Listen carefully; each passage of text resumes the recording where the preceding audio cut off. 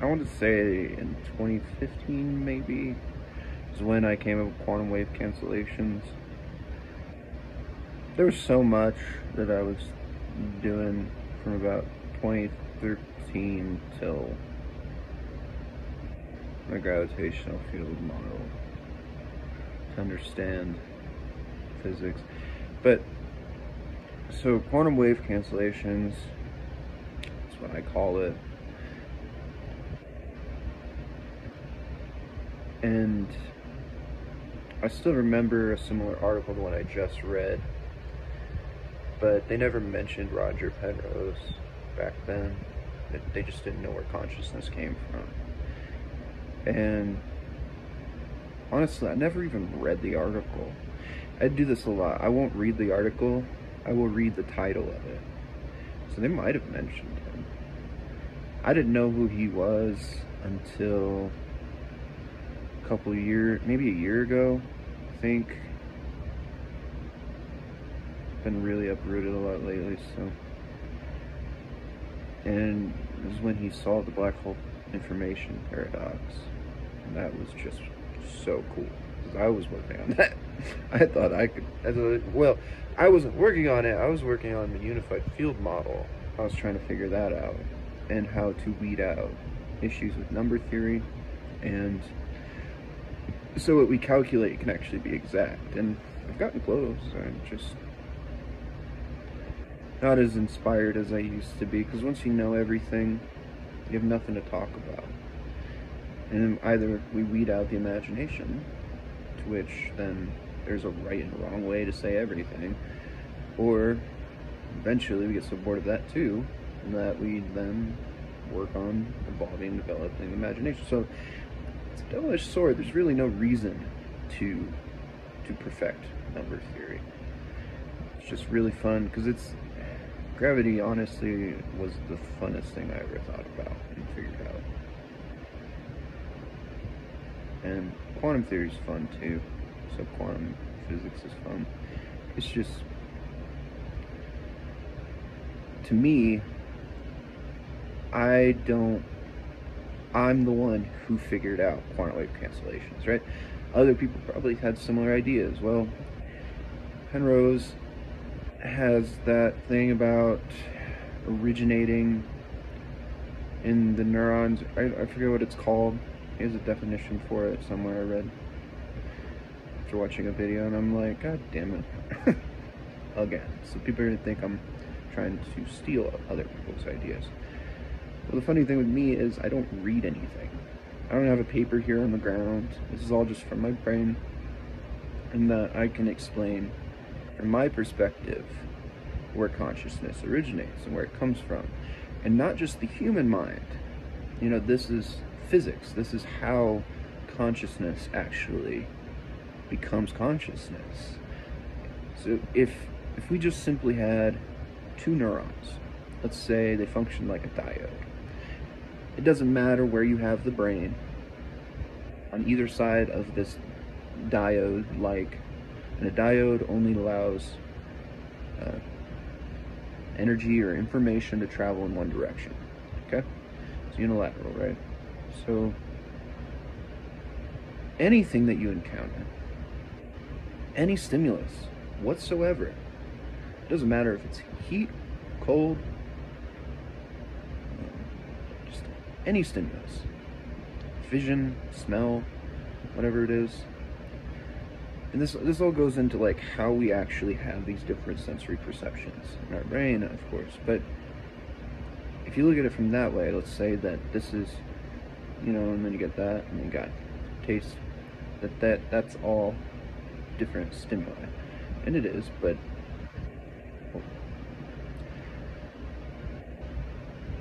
that one diode neuron is going to output the exact same information, right? It's just going to create a sort of amplitude of it. Well, consciousness originates from quantum wave cancellations. And what that means is that though we have neurons, our neurons actually, as long as you have more than two, right? So if you add a third, then you have this variance here, and it's like a transistor, essentially. It's a transistor, except it doesn't have a diode. Maybe some neurons function like a diode, I don't know. I didn't know about microtubules. I only learned about that a couple days ago when I learned about this at Roger Penrose. I was talking about very similar things that it originates, and to me, I'm looking at a physics concept, okay, that it's quantum wave cancellations. That's how you derive it down to its most fundamental level. That consciousness can happen in any sort of physical format. I mean, back then, too, I was working out different ways to prove and disprove God. So it goes into like this idea of what this state of consciousness could be, where quantum wave cancellations can function and transmit information in various formats in different ways, and we can perceive that as consciousness, right? Well, it depends on what you label it as. What are you going to label it as? So the neurons actually function more like transducers and transistors in our brains. And so that allows not only for neurons to sort of like swell and stress, shrink, and smooth out. I mean, they say that our brain gets really shiny and stuff the more we use it, right? And there's other different like chemicals and acids, I believe, that help to break down and build up new neural structures in our brain. That's just a theory. That's me trying to explain why I get headaches, and then all of a sudden, in a week or two, I can just think clearly about something. And you'll feel like a popping sensation sometimes in your brain, though the brain ain't supposed to be able to feel. But when you're eidetic too, you have weird abilities. So like I can control scent and taste, and the visuals, some days I can control them, some days it's just like watching a movie of memories and things, and I'm just learning out how to. Numbers, for instance, are incredibly difficult. Just to visualize a number, and I can get a vague 1 or a 2, but then you have to hold it there. You don't want it to fade out. It's very difficult. I think that somehow, maybe, and if people are eidetic, that they can then translate like what happens in the brain into other stimuli that then like routes out to other senses and back into wherever we translate that information to our cerebral cortex, or whatever process. I'm not a neurologist. I don't know everything about the brain. Anyway, so Raymond scattering of quantum wave cancellations is how information, and so if you just look at it like a wave, and you have another wave, and think of it like water, and then it's flat. Well, that is actually an amplitude when it flattens out. And that's a huge stimulus. But before they cancel out, you're going to have that pitch where that amplitude increases and sort of simultaneously decreases. And so that information, as long as it doesn't travel like a diode, can pass through one another. And so if you have 3 neurons in a row, the information can pass right through the middle neuron from this side, and the information can pass by one another. It amplifies, and then if you attached 2 more neurons, based on how Raymond scattering and quantum superposition functions, that we don't have a way to calculate that yet, but predicting quantum mechanics, if you could, yes, foreseeably, you could explain why one neuron on this side versus this side may be excited. However, we have evolution. So we're not going to encounter true random stimulus spider. I hate spiders. We're not going to encounter pure randomness, right? Because the best way that I was trying to explain in the comment is that if you look at a butterfly, are you going to think of destroying the planet? Well, we have evolution. We weed out that sort of out of the norm cognitive dissonance, right? It doesn't mean that we don't have the ability to just experience a peaceful stimuli and go someplace completely random. But because of evolution, it's very implausible that you're just going to see a butterfly and want to end reality. And that's because we develop, our brains in a societal manner, in an evolutionary form, to be products of our environment and the universe. If you threw somebody into space, in this article I think it mentioned gravity. And so if you just toss somebody into space, do you need gravity for the brain to function? You need gravity for the body to function, right? The body learns based on gravity. It learns how high it can jump because it has resistance. The body decays in 0G.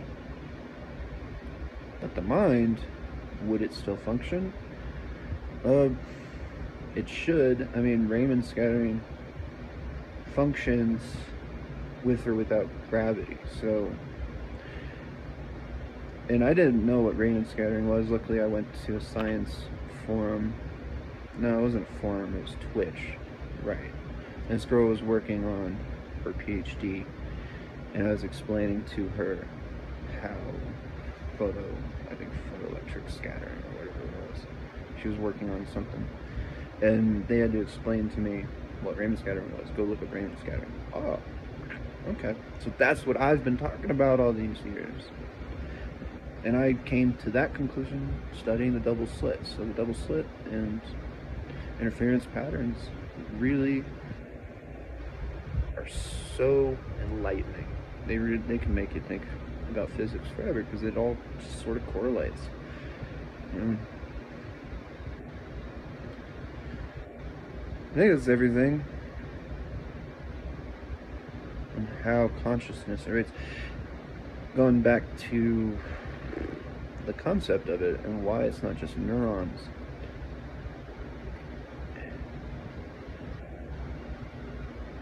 The amplitude and how one neuron can swell and stuff, and I don't fully understand the microtubules, but I'm sure it's very similar in that a neuron can increase conductivity or reduce conductivity to different neurons and different structures there. So like I say, you just break it down to a three-dimensional structure of neurons, either 1, 2, and then you twist that and you can have on the outside it looks like a jack. Well, based on different amplitudes and how they come in and how electrodynamics functions too, you can shrink that distance or increase the distance ever so slightly, and blood pressure does this, or atmospheric pressure does this. If you just threw somebody into space and their blood started boiling, what would the brain do? How would consciousness translate that information? Well, as humans, we would see it as we were just dying. As a physicist would see it, you would see it as all these little quantum effects that are happening to shut down the neural structure, rather than say you're just dying. 15 minutes, jeez. I just talk way too long, man. I got some crap in my brain. And so, I'm out of my energy drink.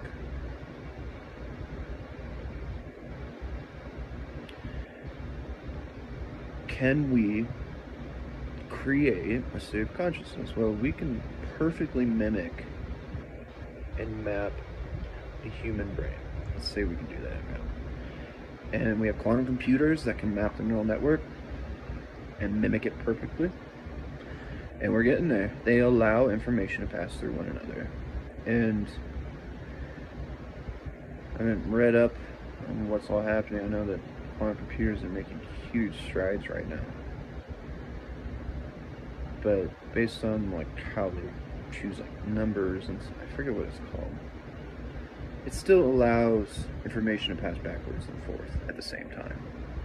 If you have a three-dimensional plane of that, and then you can program it around like we are, like we're sort of programmed around our environment. And you have to, for instance, teach children language, right? You have to teach children language. How they interpret their environment and what sort of, I don't know, if they're going to use verbosity or they're going to use sounds, or they could use whistles, they could just use breath, you know? You don't even have to make a sound. Or physical language, like sign language. How many different ways can you make language? That really falling asleep. That children need to be programmed just as anything else, just society, right? So a computer that could perfectly mimic our brain would be the same thing, but how would you prevent it from, say, seeing a butterfly and destroying the earth? How do you get rid of quantum superposition and yet, or even entanglement? I never even got into that and how that could actually happen in our brains. That's another very interesting thought, and how entangling like neurons and stuff, if we could do that and what would happen. I've only lightly thought about it, but